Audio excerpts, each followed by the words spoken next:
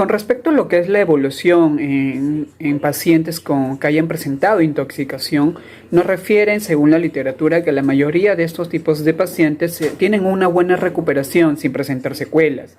Por eso se recomienda que es conveniente mantenerlo, sobre todo la observación hospitalaria, durante aproximadamente 36 o 48 horas y llevar un control posterior después del evento ocurrido. Se recomienda que este control posterior sea dentro de un establecimiento o puesto de salud donde brinda atención primaria, ¿no? Además, también se tiene que vigilar de repente posteriormente la aparición de algunos síntomas de síndrome intermedio o polineuropatías que suelen ser retardadas. Con respecto a lo que es el cuadro clínico, va a depender mucho de lo que es la vía de entrada, la dosis y sobre todo el tipo de sustancia química con la cual el paciente ha sido afectado, ¿no? Y sobre todo también depende la susceptibilidad que tiene cada individuo. Normalmente esta reacción puede ser entre los 30 minutos y 2 horas en estar en contacto o en exposición a esta sustancia tóxica. Con respecto a las manifestaciones clínicas o la sintomatología, puede ser desde leves o graves. Es por eso que, dependiendo del caso, algunos de ellos van a requerir una atención mucho más especializada, por ende van a tener que ingresar a la unidad de cuidados intensivos para su tratamiento correspondiente. El pronóstico de estos pacientes por intoxicación por órganos fosforados va a depender mucho de la severidad de la intoxicación, de la exposición que tuvo y sobre todo de ciertas comorbilidades que pueda tener el paciente, el tiempo que requirió de la atención médica en que sea llevado a un establecimiento, el soporte vital que se le brindó y sobre todo el uso correcto de los antídotos para tratar o revertir la intoxicación, ¿no? Va a depender mucho también del manejo que se le va a brindar el personal de salud para poder sacar al paciente de ese cuadro. Con respecto a las complicaciones o las secuelas que pueda presentar el paciente, puede ser que tenga o presente neumonías aspirativas, desequilibrio hidroelectrolítico, acidosis metabólica, insuficiencia renal aguda, edema aguda de pulmón, encefalopatía hipóxica o isquémica. Estas son algunas complicaciones que se pueden presentar en estos tipos de pacientes.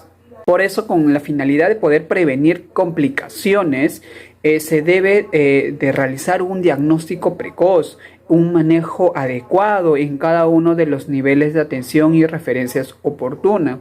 Evitar sobre todo la exposición al tóxico durante al menos 3 meses posteriores al alta.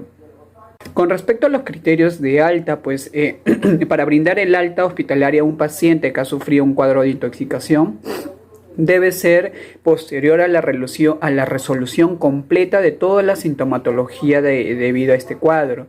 El seguimiento de pacientes con intoxicación, ya sea moderadas o severas, se debe realizar a través de citas para el control posteriormente cada 2 semanas o dependiendo del médico.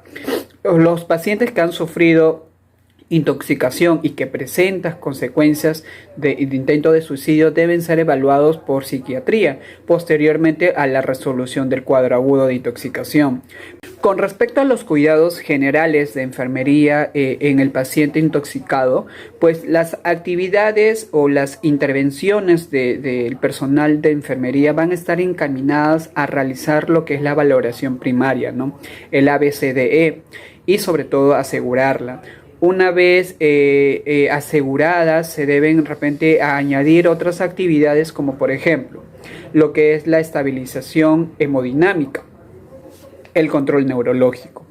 La estabilización hemodinámica va a consistir en lo que es la monitorización cardíaca, pues va a verificarse lo que es el pulso y el control de la presión arterial, porque en estos casos puede ser que el cuadro de hipotensión suela responder a fluidoterapia, pero en determinados casos nos dicen llegar a usar más vasopresores, generalmente como por ejemplo dopamina, ¿no?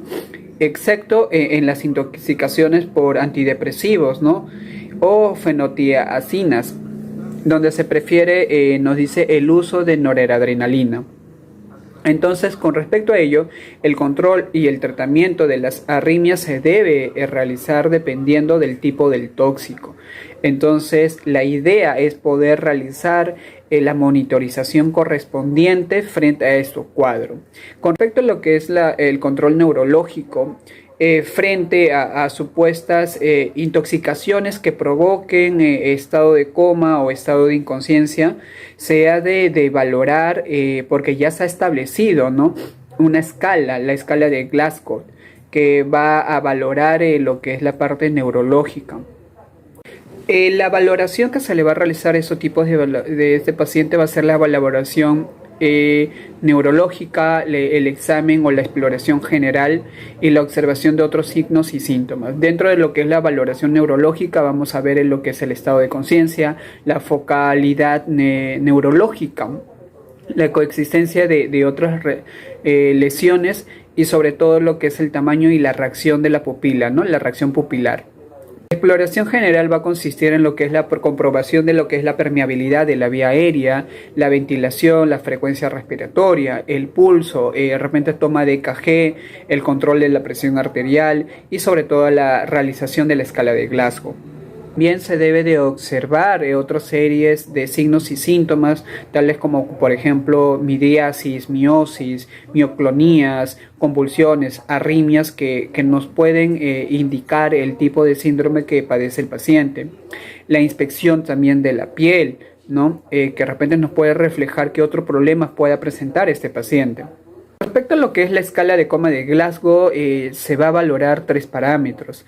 Dentro de esos parámetros está la apertura ocular, que tiene ítems de valoración y cada uno de ellos tiene un puntaje correspondiente, siendo de ella el máximo el puntaje número 4. Con respecto a la respuesta verbal, también tiene algunos ítems, que el puntaje máximo va a ser el puntaje número 5, y la respuesta motriz, que tiene un puntaje también de 6. La valoración pupilar es una parte muy importante de la exploración neurológica. Para realizarle se mide lo que es la forma, el tamaño, la simetría e inclusive la respuesta a estímulos luminosos de la pupila. De acuerdo con lo que es la exploración de las pupilas, va a haber 3 formas de poder clasificarlos, según el tamaño, según la relación entre ambas y según la respuesta a la luz. De acuerdo al tamaño vamos a encontrar lo que son pupilas mióticas, pupilas medias o pupilas midriáticas. Según la relación entre ellas vamos a encontrar lo que son las pupilas isocóricas, anisocóricas o disocóricas. Y según la respuesta a la luz vamos a encontrar pues que sean reactivas o arreactivas, ¿no? Dentro de los principales cuidados de enfermería en el paciente intoxicado debemos tener en cuenta la de poder estabilizar, controlar y las medidas de mantenimiento que se le brinda al paciente. Por ejemplo, dentro de ella vamos a encontrar entre las actividades lo que es la preparación del material y sobre todo el mantenimiento de la permeabilidad de la vía aérea, el control de las constantes vitales, la monitorización del paciente. Se debe valorar aquí lo que es la presión arterial, la frecuencia cardíaca, la toma de un EKG, ¿no? También canalizar una vía endovenosa que esté permeable y por recomendación se podría hacer una vía que tenga un mayor acceso a una vena de mayor calibre, y la administración de medicamentos según acorde al tipo de tóxicos que el paciente ha visto expuesto. La atención inicial y la intervención oportuna e inmediata que se le brinde a esos tipos de paciente va a ser muy importante para poder restaurar la salud de él. Si nosotros desconocemos o retardamos esa atención, pues entonces puede ocasionar al paciente graves secuelas.